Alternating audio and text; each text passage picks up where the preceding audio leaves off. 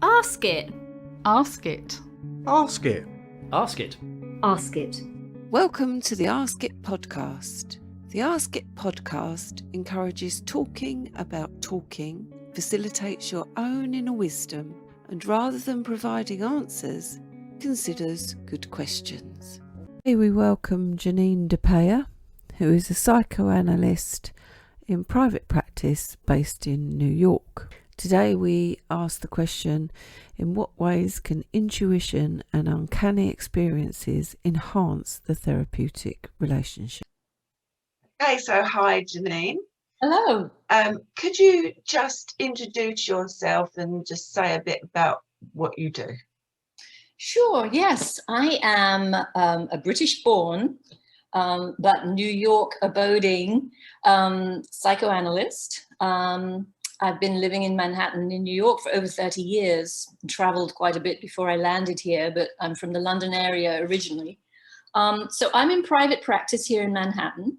I practice psychoanalysis and psychotherapy, sometimes once a week, sometimes more than once a week. And let's see, trained in psychoanalytic institutes. I have a degree in social work, a master's in social work from NYU, New York University. And then I've gone on for advanced training in trauma. So I practice Emdr, which is a form of trauma treatment, which helps really get into the body where our traumas live. And Emdr stands for eye movement desensitization and reprocessing, which is a bit of a mouthful, but Yes, really, indeed. basically, it's a bilateral stimulation, right and left. You can do it tactilely, you can do it auditorially, and originally it was conceived with the eyes moving back and forth like this. And the whole idea is that you engage the right and the left brain into sort of a dialogue back and forth, and that neurologically gives greater access to the amygdala and the limbic system, where we kind of hold these traumas. So it's a network that has a whole protocol, and it's much more effective sometimes to get to the stuff. So I integrate that in my practice along with creative visualization, body work. Sometimes I don't physically touch patients, but I teach mindfulness techniques and ways of trying to access a place of calm inside, where the imagination can then actually work to heal itself. So that's kind of an overview of what I do. Brilliant, great. So we decided to have a chat today because I came across your paper, Uncanny Communication and the Porous Mind. And you addressed an area that I felt really was under-discussed, and that is the how unusual experiences can enter the therapeutic relationship and therapy room. Because I experience, I'm very intuitive, and I experience a lot of what some people might perceive as being unusual phenomena. And I think it's sometimes difficult to bring that in, because you made a really good point actually in your paper, that we are trained as psychotherapists to be alert to magical thinking, and we tend to pathologize anything that we can't sort of see or touch. And so I think on one level you were addressing this idea of, well, how can we bring that experience in that's very valid for us and also our patients, and where does that then begin to cross over into psychosis or pathology, and it's very hard to distinguish along that continuum. So I think at one point in your paper you were saying, firstly, what's the clinical value of having this intuitive awareness and information sharing? How can we increase our receptivity to it? And thirdly, how do we handle those moments when they spontaneously arrive without us even being aware of it? So Right. where does all that take you to? Okay. Well, just to sort of find our way into this topic a little bit, what kind of moments are we talking about? Well, we're talking about the kind of moments when suddenly, as a therapist, if I'm trying to discuss something with my client, I might be making up a hypothetical situation to get a point across, and I might come up with a name and say, look, what if you were talking to Jeffrey, some guy, you know, Jeffrey, and the patient might go, how did you know the name of my brother? Or that's the name of my wife. And of all the names, I might pluck that name.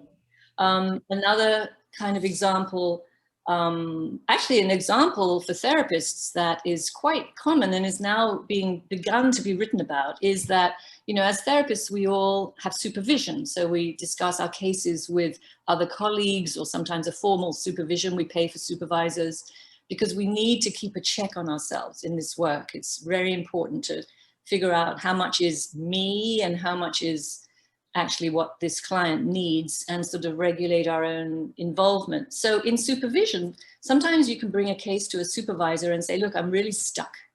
I don't seem to be able to get it. I don't understand what's going on with this client, or I'm finding myself frustrated or sleepy or agitated or annoyed. And in the supervision, you can sometimes come to a breakthrough.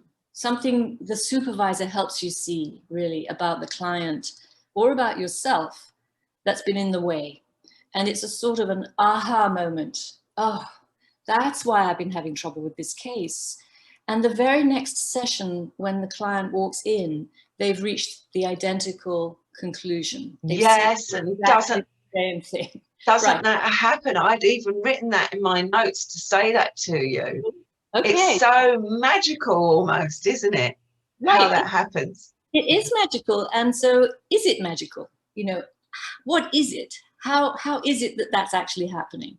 So, you know, what I've been writing about is I place all of this stuff on a continuum. You know, when we're in the room with somebody, it's one thing, or even on the screen. Now that we've all been doing teletherapy, I'm very interested in research that hopefully is going to come out on the difference intuitively between our work this way on a screen versus being in the room when you've got all the sensory information. You've got two bodies in the room. Our brains are wired unconsciously to pick up minute changes in the muscular movements in the face, shifts in the body, shifts in the breathing. And if you are, you know, an intuitive person, you don't have to be a therapist. You're reading this data all the time. And it's sometimes totally out of your conscious awareness, but it's going on all the time, very, very, very fast, much faster than we're even aware of or can consciously register. So that data is in the room. So how much of this being able to be intuitive comes from sensory information? I think a lot. And I think even on the screen, you know, it's maybe inhibited by the 2 dimensions, but I still think it's possible. So that's on one end of the continuum, that there are these sensory red things that allow you to be intuitive and say, you know, I think you're really upset right now. How did you know? You know, actually, I had a moment with a patient once when I tend to be I let myself be very visually free when I'm sitting with people, and musically free. I think it was from a background growing up with musicians as parents. But I sort of tune in on another level like that and try to listen to the content, but float a little bit at the same time while I'm listening. So sometimes I might have a visual image while someone's talking. And one day I was sitting with a patient and she was talking about a recent experience with her husband. It was a pleasant experience. She was telling me it was fine. And I suddenly imagined that I saw this sort of white piece of paper shaped like a tear on her face, just coming down.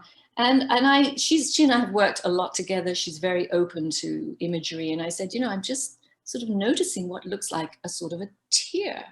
And all of a sudden, she welled up in tears and said, you know what? I was just realizing that I felt unseen by my husband when we were doing the whatever it was. I'd withdrawn because he totally missed that I was upset about blah, blah, blah. Now, I saw that image before she was consciously registering that she was upset. So there's a sort of a deep intuitive capacity that I think we're all wired with as human beings. If we own it. Yeah, and how amazing that you had that visualization, because that then opened up another area that she may not have brought or not brought at that time, or not have even registered inside of herself. Yeah. So it proved really valuable to that piece of work. I Yes. want to go back a bit to what you were just saying there about this idea of working on screens and how, you know, how magical is intuition, and how, absolutely, I agree with you, how much do we pick up on these really minuscule, subtle messages that we send each other. For me, I do feel there's a difference, though. I certainly think that we do pick up on all these unconscious cues, without doubt. And I don't know about you, but working on a screen, I do feel that that lessens my practice in some ways, that lessens the connectivity. But I also think at the other end of that spectrum, we can pick up things that we can't possibly have known, like you yourself wrote about, that particular word, that particular place coming in to your mind as a Freudian slip. You know, and you couldn't have read that. You couldn't have picked up on a subtle cue there. Right. That's on a whole different register, Yes. right? Yeah. So if we think about that continuum from that sensory availability first, all the way to what is referred to as the non-local mind. You know, when you're not in the same room with someone, maybe not even in the same time zone, and definitely, you know, geographically separated. So in other words, if someone goes home after a session with me and that night they have a dream, which is what happened with my patient, which I'll go into if you like in a moment. Sometimes somebody can have a dream of exactly what is happening to the other person, or something that's about to happen to the other person, a premonition type of dream. So we move into another register here where there's no possibility of sensory information. It's something else entirely that's happening. And it's as if two people are tapping into some kind of non-local collective mind that's an interconnectedness that's beyond the brain, actually, the material-based brain. This is where this field becomes complicated and controversial, because we're talking about two models of the mind. We're talking about a Newtonian-based classical model of the mind that's material-based, that mind equals brain, that the brain and the mind are the same. So that if the brain dies, the mind dies. It's just soft matter, vegetative matter in the brain with electrical circuitry. And that's all it is. That's the basic scientific conventional method of science that explores this. And you need data, you need evidence to measure things. So the new science, new physics, particularly based on quantum mechanics, and even neurobiology, which is sort of coming to a turning point, realizes that these kinds of events that we're talking about here, they defy the Newtonian-based model of the mind, because they exceed by geographical distance or time zones the possibility of anything, that's measurable happening, that any communication that you could say, yes, there's mirror neuron exchange going on, one part of the brain registering with another person's part of the brain. That's not possible if you're in a different house, or if you're in a different time zone. So again, the controversy comes down to how are we viewing science? And it's quite fascinating. There's a lot of discussion. I'm just going to check on a couple of my notes here, because there's a lot of telepathy research that's going on to try to prove that these things happen. But how do you prove it? How do you, it often happens mostly randomly. So it's difficult to replicate. You can't put someone in a laboratory and say, okay, have a telepathic exchange. It just happens, randomly. I've found in my work, it is more likely to happen when I'm having a conflict of some kind, where there's an impasse, where I'm not managing to read the patient well enough, or there's something else going on that's pushing to come through, that's not being registered. And it's as if the system kicks into another type of search engine that links you. So would you like me to describe what happened a little bit with the patient and the name? Yes, please do. Yeah. So I had this patient I called Jordan, and she was having a hard time. She'd had a tough life, and she'd gone through a lot, and her husband had been ill, and during this time she had been looking after him and really had to reduce her own life in terms of being able to see friends, travel, do things she wanted to do, and was caring for him for quite a long time. And she also came from a background where there was physical abuse. There was, not a lot of love in the house. She had an older brother who was quite violent and would beat up on her. And she was often left alone after school before her parents, who both worked, could get home. She was alone in the house with this brother, and he would hit her, he'd spit on her, he'd kick her. She'd barricade herself in her room. He would try to get through the door. I mean, pretty horrific physical abuse.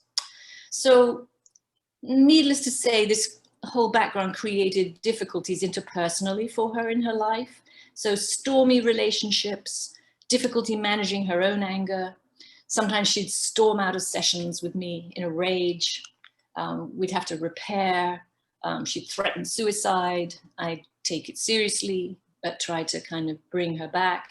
We'd been through this multiple times over about 1.5 years. She was doing much better, actually. Anyway, the husband got better, and now she was free. She could go off and do what she wanted to do. And what she really wanted to do was be a photographer. And she found this photographic retreat in the States here in Santa Fe, New Mexico, and she really wanted to go. So she planned to go, she booked the tickets, she was very excited. We were talking about how her husband was encouraging her, he's fine, she should do it. About a week before it's time to go, everything's booked, hotels booked, she's signed up. She comes in and she says, I'm just not gonna go. I just can't do it.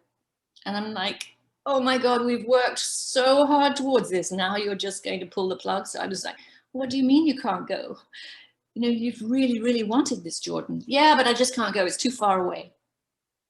Too far away? I mean, look, you can text, you can phone, you can Zoom, Skype. It was back then. You can still be in touch. No, I just can't do it. I just can't go. And I was feeling this surge of frustration at that point. I felt like, oh God, one more time, she's going to just be stubbornly shutting down what she was dying to do. And so I felt my own frustration that came through. And I said, look, it's not like you're going to be in Tuckahoe, for God's sake. You can still be in touch with him. And this word came out of my mouth. I was trying to say Timbuktu, but Tuckahoe came out of my mouth. And I had never heard that word before. It turns out later I learned that there is a place called Tuckahoe. And in fact, it's a town right next door to her town where she grew up. When I said that word, Tuckahoe, she sort of looked stunned and was kind of quiet. And I said, well, that's weird. I don't know where that word came from. And she said, well, how did you know that that's where my friend lived? And she had been telling me that during her childhood, with this brother's episodes of beating her, she finally figured out she could go from school to her friend's house until her parents got home from work. And then they could come pick her up, and then she'd come home. And they lived in Tuckahoe. So Tuckahoe represented safety. It represented for her a way that she could be safe, but also maintain her connection with her parents, her family, because what would happen was before she figured out she could go to Tuckahoe, every time her parents came home, she'd say, he beat me up again. And they wouldn't believe her. And they would also say, well, you must have done something. What did you do to get him mad? They would blame her. So it would rupture her relationship with her parents, with her brother. She was then totally alone. So by going to Tuckahoe, to her friend's house, she could be safe and maintain her connection with her parents. They'd come pick her up. She was fine. There hadn't been any episodes with the brother. So Tuckahoe had enormous symbolic meaning for Jordan. Where did that name come from when it popped out of my mouth? How did that happen? So when that happened, I said to her, wow, I don't know how I knew that word. It just came out of my mouth. And she said, oh, well, something like, these things happen to me all the time. People just know things. So it turns out that Jordan was somebody who had a lot of what she called psychic experiences. And that was the first of a whole series then of things that started happening between she and I in these sessions that we were having. This is the first time that had ever happened to me in almost 30 years of clinical practice, that this was going back and forth. She would know things, I would know things. And, so it really got me interested in this whole topic and sent me in a deep dive into telepathy research and to figure out within my field of psychoanalysis, what are we doing about these moments? Why are we so afraid of these moments? And how do these moments happen? What's the meaning of them? And to get back to your early question, Lucinda, about when they happen, how do we deal with them? It's very easy to dismiss it. It's just a coincidence, right? Yeah. And that one was too dramatic for me to dismiss, but other ones, I'm ready to dismiss them. I sort of was kind of skeptical too about this stuff, not thinking I don't want to be woo-woo here and weird. But when they kept happening with Jordan, I had no doubt that there was something going on. But to get back to your question of how to deal with it, if we are skeptical and we sort of dismiss it as, well, it's just a coincidence, we can, in fact, really injure our client. Because like that moment, that word had such deep meaning for her. If I had been dismissive about it, I think it would have really damaged her. I think it would have permanently, maybe even destroyed our relationship, because the meaning was so intense for her of that town, Tuckahoe, that if I had just tried to write it off as nothing with any deeper meaning going on between she and I, nothing to do with any deeper interconnectedness, where she had somebody who finally got her in a way that was even beyond our consciousness. That meant so much to her. If I'd been dismissive, it would have ruptured. So I think even if you are a little bit skeptical, it's important to just receive with curiosity, just like, I wonder how that happened. What do you think happened? How do you think that happened? And just be a little open-minded about it and just explore it, because it can have meaning for someone else, even if you yourself are sort of skeptical about it. In France, they call these experiences expériences exceptionnelles, exceptional experiences. And a colleague of mine set up a hotline for patients to call if they'd had experiences and had not felt really recognized by their therapist, or maybe they didn't even have a therapist and just wanted to call in and share an experience that they'd had, and be able to find someone on the other line, who on the other end of the phone, who wasn't going to just dismiss it, who was going to take it seriously. How fantastic. And what was the response to that?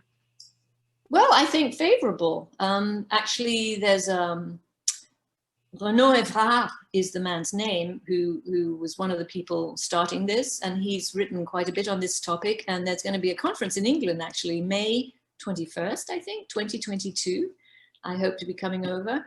And to talk about this whole topic of uncanny anomalous transmission. And, my participation in that is really around how to deal with it as a clinician. Yeah. So, and there's a publication coming out in the British psychotherapy section of the British Psychological Society's edition that's going to be on this topic as well. So, but the controversial aspect of it is still really quite rampant, despite the huge body of telepathy research. So, like I was saying, it's difficult to replicate, but there was an organization at Princeton University here in the States called Princeton Engineering Anomalies Research, where they were doing a lot of study into telepathy with quite interesting results. There was also a man named Rhine who did a lot of studies with ESP using cards, where people were isolated in booths and they were looking at cards with images and trying to see if they could transmit to the other person what was on those cards. And the margin is small but significant that these things actually do exist. So, so there's an interesting theory about it. Yeah, and also we were saying before about Rupert Sheldrake over in this country, who has he's done a lot of work around telepathy, and he describes morphic fields, doesn't he? Right. Which is a bit like kind of collective unconscious, or Yes. the Akashic records, or however you want to language it. That's right. He's done a load of excellent research about it. He has. He's done a lot of research actually with dogs. Yes. Fascinating research that dogs know when their owners are coming home. And so what he'll do is he'll position somebody out with the camera sort of out in a park somewhere, and then they'll have the camera crew in. There was one I watched of this woman that they were in her house with cameras on her dog, and they took her out and sat her outside a church in a park somewhere for quite a while, like a couple of hours, 2-3 hours. And then they actually had, I think somehow, they randomized it somehow, I don't remember, but they had someone come over to her at a certain moment and say, okay, we'd like you to go home now. And she realized, okay, that's the cue. I need to go home now. And as soon as she had the intention that she was going to get up off that bench and go home, her dog went to the door. Yeah. And so, Sheldrake has done a lot of research into morphic resonance, and he believes that there's a sort of a collective intelligence that plants have. His research based originally on the plant world, plant life, that plants also have memory, and it extends through time, and that humans do too. And by the way, Carl Jung was onto this early on with collective unconscious, with his theories of synchronicity and collective unconscious. So, there are many different, I think, brilliant minds coming to bear on this. I'd just like to say a couple of other things that happened with my patient, just so that your audience can have an idea of the sort of the way that these things can develop. After that Tuckahoe moment, I found out later on that she had left my office one day after I had said to her, oh, Jordan, do you mind if I keep that book that you lent me a little bit longer? I haven't had time to read it yet. She had lent me a book. And she said, yeah, sure, you can keep it. You can keep it longer. And she left, and apparently her husband met her in a taxi. She got in the cab, and her husband, for some reason, brought up the name of this book, which was called The Journey. It was not a big popular bestseller. There was no reason he wasn't reading it. There was no reason for him to bring up the title of the book, but he did. As soon as she'd left my office and got in the cab, he brought up this book title. She was like, oh, I was just talking about that with my therapist. They get home, they get to their apartment building, they're riding up in the elevator to go to their apartment, and her neighbor is standing in the elevator, and under his arm is a copy of the book, The Journey. This was all within an hour or two of leaving my office. So when we talked about that a long time later, because she didn't tell me this till much later, I realized I think I'd hurt her feelings, that I hadn't read it yet. So there again, what is it that stimulates these sort of synchronicities? I think her feelings were hurt. She felt dismissed by me that I hadn't read it yet. And so sometimes these exchanges of weird synchronistic events pull people together or find a way to give an expression to something that's not yet fully conscious. So that was another one, the book. I think of that one as a synchronistic event, although it involved matter. It involved a physical book. How did that the neighbor, when did he pick up the book to put under his arm in relation to when she was in my office? All of these are sort of bizarre, sort of maybe coincidental facts. But is there a relationship between mind and matter? I had an experience myself once, actually, where I, in a totally uncanny way, was helping somebody find a dropped ring under some pine trees in France by a lake. And my body just took off and walked away from where she thought she had dropped this ring. And it was a bizarre experience. I felt light and just kind of determined. And I was just walking, and lo and behold, about 100 yards away, maybe 80 yards away, I walked right to where the ring was, and I picked it up. And this was on the ground in pine needles and sand, and the ring had been flattened by a car. It's not like it was a big object that I could see. My body took me there. So I tend to be pretty open-minded because I've had those kinds of events happen that are totally unexplainable. in any rational way. So, but with Jordan, the next thing that happened that was odd was I was beginning to want to write a paper about these experiences. And so I wanted to ask her permission to publish it. And I was umming and ahhing about this for a long time, because in my field, I think to ask someone permission has huge meaning, and to get their consent is a very delicate thing to do. You know, how is it going to affect them? Are they doing it just to say yes to please me? What are the implications? This whole area is for another talk on consent and publishing for teaching purposes. But it reached a point in our treatment where I felt comfortable.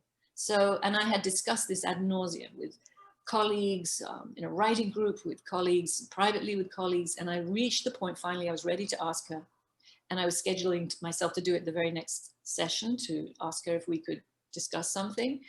I get this phone call, Janine, I need an extra session. It was out of the blue. She very rarely ever contacted me for another session. So I said, sure. So we scheduled an extra session. She came in and she said she had been working on a book and she wanted to publish this book, but it involved photographs of her clients' homes, and she was worried about asking them permission. I didn't even know she was working on a book. So the timing, again, was very synchronistic and bizarre. So I tabled my own asking her permission and just kind of really dealt with her own issue about what to do. She ended up abandoning her project, and eventually I got back to, in fact, asking her permission. And so one day she came in, she sat and read my paper, and we discussed it. And that was when she told me about all these other things that had happened that she hadn't told me, like about the book and a number of other incidents between us that she'd just registered as, oh, Janine and I are telepathically connected, but I didn't know. But what I needed to ask her about the book was, I had written in the book about a dream. In my paper about a dream. And I wanted to discuss this dream with her before she read about it in my paper, because it involved her. So I'll tell you about the dream. One morning, she came in on a Monday morning and said she'd had a horrible nightmare that weekend.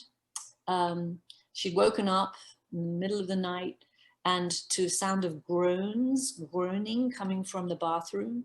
And she'd got out of bed, gone into the bathroom, found her husband sitting on the toilet bowl, groaning and losing blood, anally losing blood. And she was freaked out and comforted him. And anyway, that was the nightmare.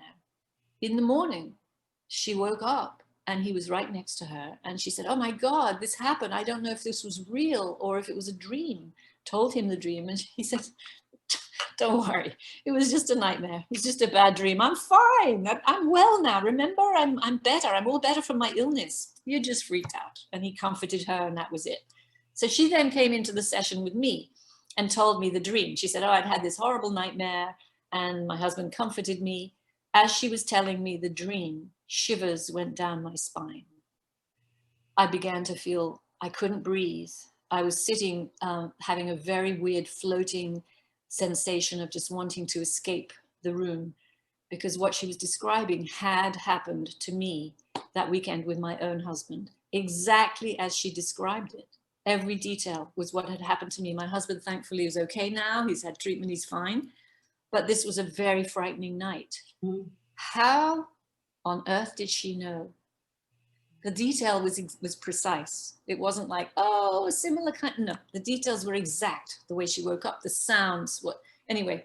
So I was so freaked out when she told me this, that this was one of the moments when I could not be calm and graciously curious about her dream. I just became somewhat paralyzed. I felt very invaded. I felt very colonized by her mind.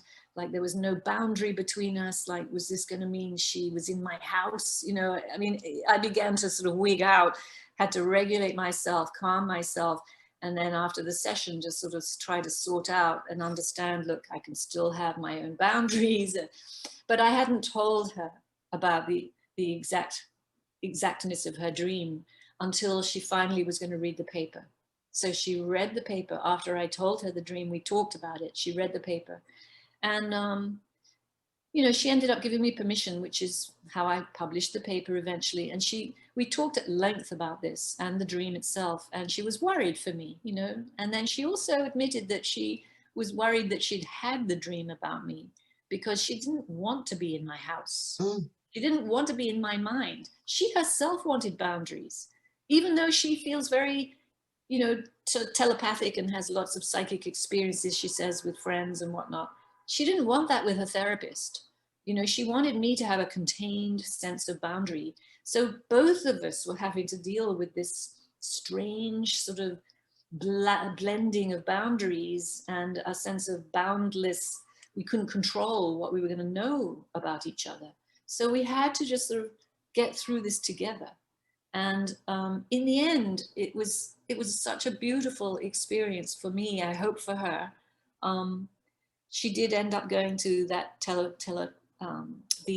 photographic retreat in Tuckahoe, in Santa Fe, New Mexico. She went.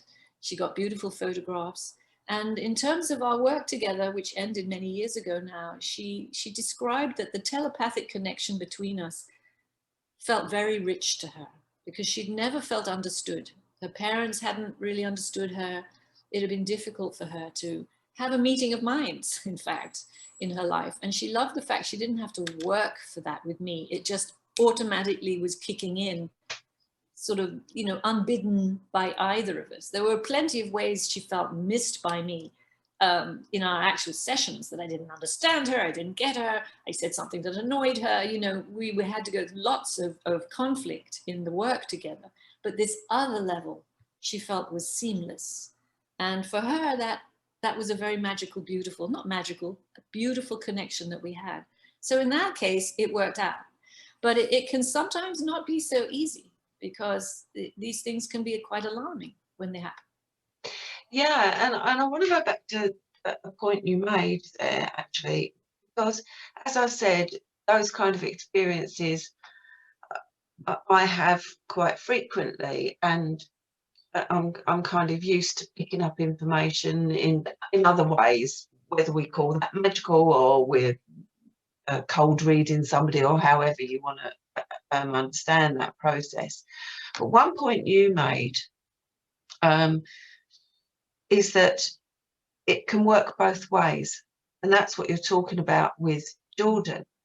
And so I'm often thinking about what I might be picking up from my patient, but I'm not really considering so much what they might be picking up from me that's unspoken, that's never brought in, and kind of pulled me up short. And I thought, yeah, actually, Lucinda, maybe there's some arrogance in you about that, you know. And I'm used to the detrimental effects of being open and experiencing the other and feeling drained or sleepy and having to process their unprocessed emotions. So I'm used to that kind of experience. But to think about what dreams might they be having, what might they intuitively know that they don't share. Right. And yeah, so it got me thinking. So thank you very much for that. It's interesting, isn't it? You know, I think that in my field, in sort of contemporary psychoanalysis, we try to deal with the transference and countertransference. And, you know, I try to be curious about what my clients might imagine about me, and try to be able to hold a space where I can just be interested and curious without necessarily confirming or disavowing what their thoughts are about me or what they imagine about me. And I ask if they would like to know, how much they would like to know, whether in fact they might not want to know.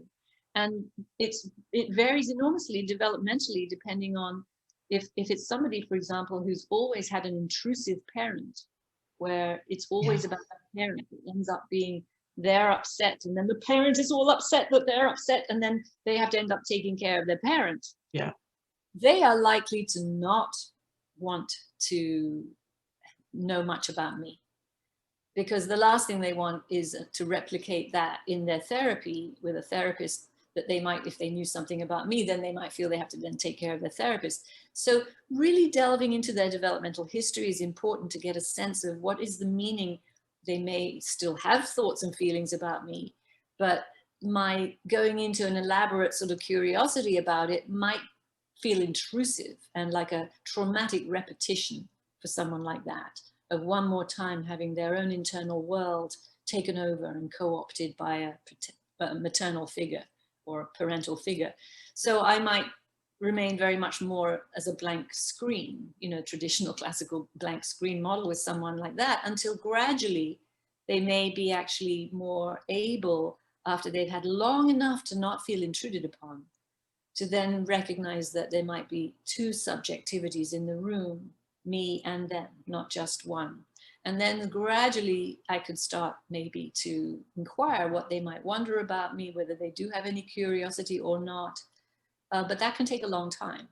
And then there are other kinds of clients who might have grown up with a parent who was just unavailable, just where they never could kind of capture, who is my mother or who is my father? Where are they? You know, what goes on in their world? And they could be very curious about me and really want to know and notice any little thing that changes in the background. Yes. Or something in my face. I have one client, she's a super sensitive woman, brilliant. And she notices, she says, "You look tired, Janine. What's the matter?" And I'll be like, oh, do I want to go into it? The fact that I had like 4 hours sleep because my dog was throwing up, or, you know, so our, you know, what they see, what they're curious about us varies tremendously, right? And how we want to deal with it varies tremendously. So yeah, in terms of thinking about this sort of nakedness, there are what I call sort of archaic fears of being taken over. You know, we all, as infants, come into the world where our feelings are sort of out of control and we are totally taken over by whoever is caring for us. And if they are angry, we feel that we're sort of taken on board by our parental figure's anger. We're moved around from geographically. We don't have any control. So one of the things that gets activated when you're dealing with these kinds of telepathic exchanges, I think, is a very deep, pre-verbal, archaic fear of colonization, of being taken over. And in Western culture, particularly, we're very individualistic. So the Western model of the mind, again, is my mind is separate from your mind. Well, we know that that's really not true. Even within traditional psychoanalysis, the concept of projective identification tells us that that's not true, where I could be having a feeling that I really don't want to have, and so I unconsciously send it into you, and I act like I'm fine, but you start feeling the very feeling that I was wanting to feel. That's very common and is written, there are reams written about that. So what is that? You know, that is a form of unconscious transmission. Can it be through subtle sensory cues that it's projected? Is it the mirror neurons in the brain reading one another that causes that to happen? Yeah, and you know, I was in a discussion with an interesting woman about a very interesting paper that was written about this. What is the difference between projective identification and telepathy? And again, I see it on a continuum. I think that it's all part of the same thing, but to different degrees. And when it gets to, as I was describing with Jordan's dream, that is much more on an extreme level, where there's something going on that is a non-local mind. It's not to do with being in the room together or even on a screen together. It's something else entirely. And that gets us into the register of a lot of things to do with this kind of anomalous experience that are being researched quite thoroughly and that I find fascinating. Like, for example, clairvoyance. What is clairvoyance? Well, traditionally it's viewed as knowledge of distant events, sometimes that are simultaneously happening. You know, there are some government agencies that actually hire psychics and clairvoyants. With the remote viewing and those projects, yeah. Exactly. So why would they keep doing that if there wasn't some validity to it? So how does one person sitting in a laboratory in the United States know where certain underground bomb factories are located in somewhere right across the world? Well, there is documentation that this is true, that this has happened. You know, I personally always have a little guarded skepticism within me, because I'm sort of a split between wanting my feet on the ground and being really curious and interested and open. But I'm sort of constantly back and forth about these things. And then there's a lot of literature on precognition, which is seeing things that are going to happen in the future. And this is very common with people who have a sudden premonition that their loved one is going to die. And then they do. So how does that happen? Psychokinesis, which is the example I gave about my finding the ring. Yes. So if someone else told me that story, I'd probably be skeptical and want to dismiss it as coincidence, because that's that rational part of me. But the fact is, I know it happened to me, and I know what was going on in my body. So I can't dismiss it. But, you know, how do we interface and interact with our material world? You know, is there a sort of a larger consciousness that when we look at matter, a table, this table I'm sitting at, you know, is mainly empty space? What is it in there? Is there consciousness in that empty space? You know, the sort of cutting edge of science is looking into all of this in very fascinating ways now.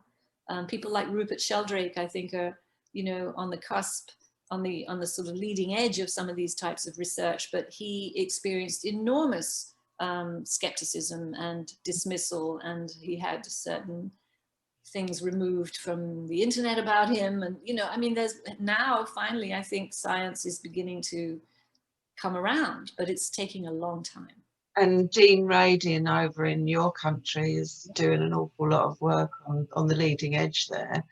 I guess for myself, I have a foot in both camps, because I'm kind of split. There's that very intuitive, sensitive kind of spiritual side of me, and then there's a very practical, want the nuts and bolts, want the facts, want the figures. So I really do have a foot in both camps. But there's something I find slightly uncomfortable about trying to reduce all of these things to something we can point to, something we can touch. Because to me, it's a bit like you can't measure water with a ruler. They're just not suited. You need some other kind of vessel or measurement. And that's the kind of, you know, that's my discomfort with trying to reduce everything. You know, why can't these things be validated just because they are a common occurrence in human experience? End of. Doesn't matter what, I mean, it's our nature to want to know why and find out how and all of that. But at the end of the day, it's like alien abduction, isn't it? Whatever you might think about that. There's many, many people, thousands of people that are saying that they've had this human experience. And for us as therapists, we're all about a wide range of human experience. So yes, what would you say to that?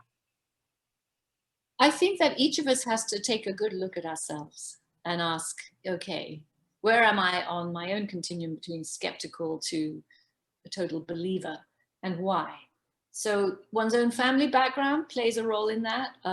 Perhaps cultural influences, you know, did you grow up with a particular religious information that was very valued? What were the positions about death and life and all of these factors? I think there's also a gender piece. I think that females are acculturated to the sort of stereotype is that females are more emotional, that females can live in the emotionality, and that males are really raised to be more practical and need sort of evidence-based information in how they perceive the world.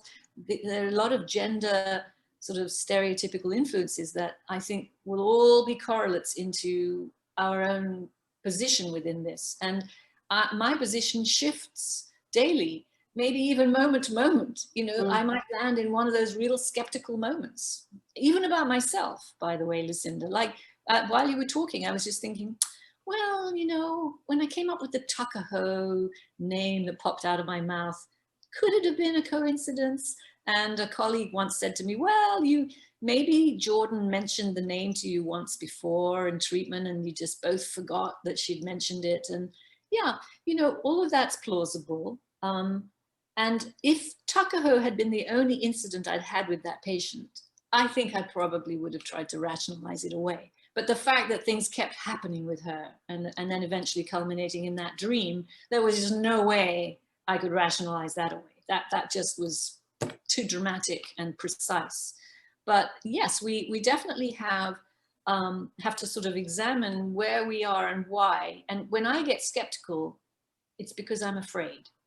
Yeah. That's, you know, when I'm feeling more confident in a sort of philosophical, if you like, spiritual way, that there's something about an energetic connection, or, you know, I hesitate to even get into this area, but, you know, when I'm feeling more comfortable with it and seated in myself and less afraid, I can be much more open-minded. But when I am feeling more vulnerable, or, you know, afraid of being mocked or criticized, that's when I can shift personally to being more sort of rational about this. And look, Freud, you know, in 1921, he was coming out with trying to write about telepathy. He was very interested in telepathy, published a couple of things, but he had to shut it down because he did not want to be associated with the spiritualists of that era who were having seances and were, you know, seeming, you know, very criticized. So if you start to espouse this kind of thing, you can be viewed as woo-woo and you can be discredited. You can be worried that you'll be discredited or associated with sort of pseudoscience or fraud. There's a lot of fraud in this area. There's a lot of people masquerading as having all kinds of psychic abilities that really are abusing, taking advantage of people. So there's a whole area that can be very problematic here. And I think that people rightfully are very guarded and careful about that. But if that shuts down your basic curiosity, you know, we really know so little about our brains. We really do. I mean, the area of neurobiology is fascinating. I did some other research. I don't know if we have time, but very quickly, you know, people who have certain brain damage where the optic nerve is damaged, for example, and they will be blind. But if someone holds a light in front of their face or an object and they're fixed up to a neurological sort of scan of the brain will register the tomato that's being held in front of their face, but they won't be able to see it. They'll be completely blind. It will be dark. And similarly, if they put a face in front of them that's an angry face, they will feel anger, they will recognize the anger even though they're blind. So something can see even though they're blind, which fascinates me because it means there's sensory awareness that is beyond the wiring that we traditionally know as our receptors to make us able to consciously register these sensory stimuli. So what I was thinking then with telepathic sensibility, is there a similar kind of thing going on where we actually have a filter that we've needed to develop through millennia to kind of close off our awareness to these anomalous ways of knowing? Because if we could read each other all the time telepathically, it would be completely overwhelming. We wouldn't be able to go out and hunt to find our food. We would just be paralyzed with all of this information. So for the survival of the species, I think we've needed to create some kind of filter to kind of shut down our awareness, our conscious awareness of this stuff. But just like the tomato being held in front of the blind person, there's a perception of that tomato, even though the person is saying they can't see it and really can't see it. So do we have a wiring that's a perception for telepathic interconnectedness, even though many of us are not aware of it? Is it happening all the time? Which that's what that man Carpenter's book is about, One Mind, I think is the title. But, you know, that we're all capable of this all day long. But I think that there's a sort of, I call this telepathic blind sight, based on the research about the optical capacity to see. So I think that we're all kind of wired for this a lot more than we realize. And I agree. Trying to facilitate developing an awareness maybe is a good place for us to end. You know, I found with myself, if I sit quietly and just try to center myself before sessions and breathe, and ask myself to do what Freud himself was recommending, which was have an evenly suspended attention, evenly hovering attention while listening to somebody. I'm tracking what they're saying, but I'm also trying to listen from another perspective that's sort of loosening something up in myself. I tend to feel more receptive then to my own intuition. It seems to heighten the likelihood that I might be intuitive. So there are lots of practices, you know, meditation, different body work, breathing, ways to sort of center oneself to be then more open. Like I was saying before, when I feel more harried or rushed or agitated in some way, I might not be as receptive. But ironically, if I am in more of an agitated, unreceptive state, that's when my patient may reach to me, as did Jordan. And sometimes I've experienced with other patients when there's like I'm being called back to them by some sort of uncanny piece of information or something they know or something they suddenly bring my attention to. So there's an awareness of losing the other, losing somebody. And I think then we can kick into this other level of interconnectedness that's unbidden and beyond our capacity to will it to happen. The last thing I think I want to say is that with this sort of trying to steady myself and breathe and center myself, you can't will this to happen. No. The more you try, the less it's likely to happen, actually. Yeah, they do tend to be more spontaneous, don't they? Yeah, that's right. Yeah. Just to kind of be loose about it and just invite the possibility and then let it go. So before you go, selfishly, there's a question I want to ask you, which is, how have your colleagues and peers responded to your exploration in this area and to you speaking about it? Ah, that's a nice, interesting question.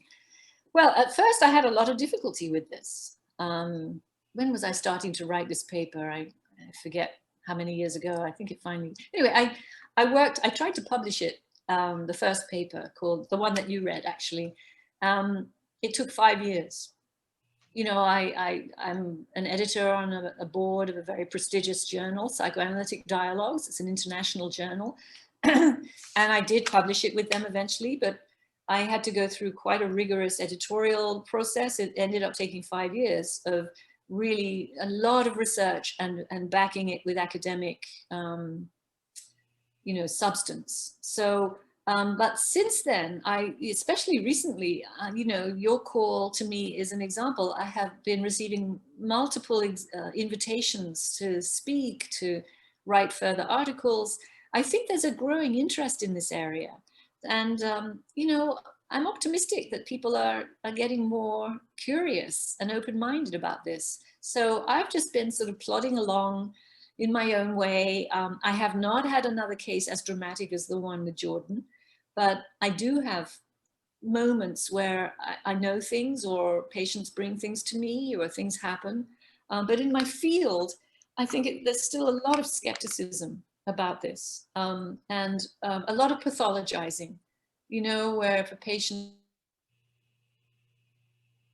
has an experience like this, that they are, like you were talking about earlier, considered possibly pre-psychotic. Is this a hallucination? Is this something we need to really worry about? There's still a predominant skepticism in the field about this. And hey, you know, I think there's a place for that. Yeah. Because sometimes we do have a psychotic process that's taking place and we may need a medication, we may need a secure type of treatment in order to kind of have a breakdown so we can break through, you know. So I listen for those nuances, and I think that's important. But there's just ultimately, there's too much that we don't know, and this curiosity that I have it just, you know, outruns it all in the end. So I have found a lot of like-minded souls, you know, who are interested in this as well internationally. I think the UK and Europe might be more open-minded about this than the United States, I think, which is interesting, at least in my field. But there's a lot of fascinating research going on, and I think we're going to learn more as we go along. Well, yeah, certainly. I think we could have spoken for 3 hours about this topic. I mean, there's still loads of questions that I have. So what what message would you like to leave people with? Wow. I think to explore within yourself what makes you afraid about this. If there are ways that we can know things about one another, and ultimately, you know, that can join us and help us, that rather than having division and fear and separateness, to sort of use any intuitive moments that you might have and try to sharpen them from a point of view of empathy, just understanding that we're all afraid, we're all vulnerable, and that things we might know might be known about us, and that's okay, because we're all one and the same. Ultimately, we're all part of a collective. You know, with what's going on everywhere in the world, I just sort of find myself wishing that these divisions between us all, the othering that goes on, if we could reach for this deeper place of interconnectedness, I think it could benefit us all, really. But it has to start with understanding what we're afraid of in ourselves. Yeah, great place to finish. So before you go, what's coming up for you? What are you looking at next? Well, I'm actually going on to speak more about this topic. I'm going to be teaching next week in Miami, Zoom, unfortunately.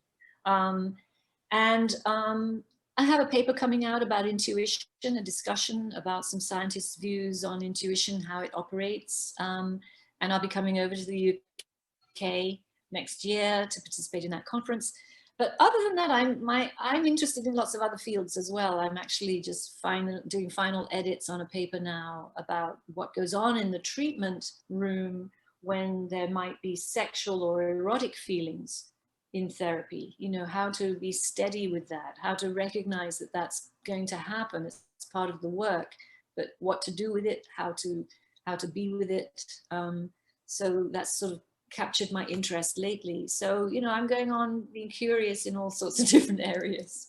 Yeah, and erotic transfer is something else that's not really spoken about. Hi everyone. A great if you deal. like asking questions That's like right. me, I tend to like please like and go into subscribe. these marginal Thank you. topics that aren't written about, that are considered risky. There's a part of me that's a bit of a daredevil, I think. Well, that's thank goodness interested for in that. pushing.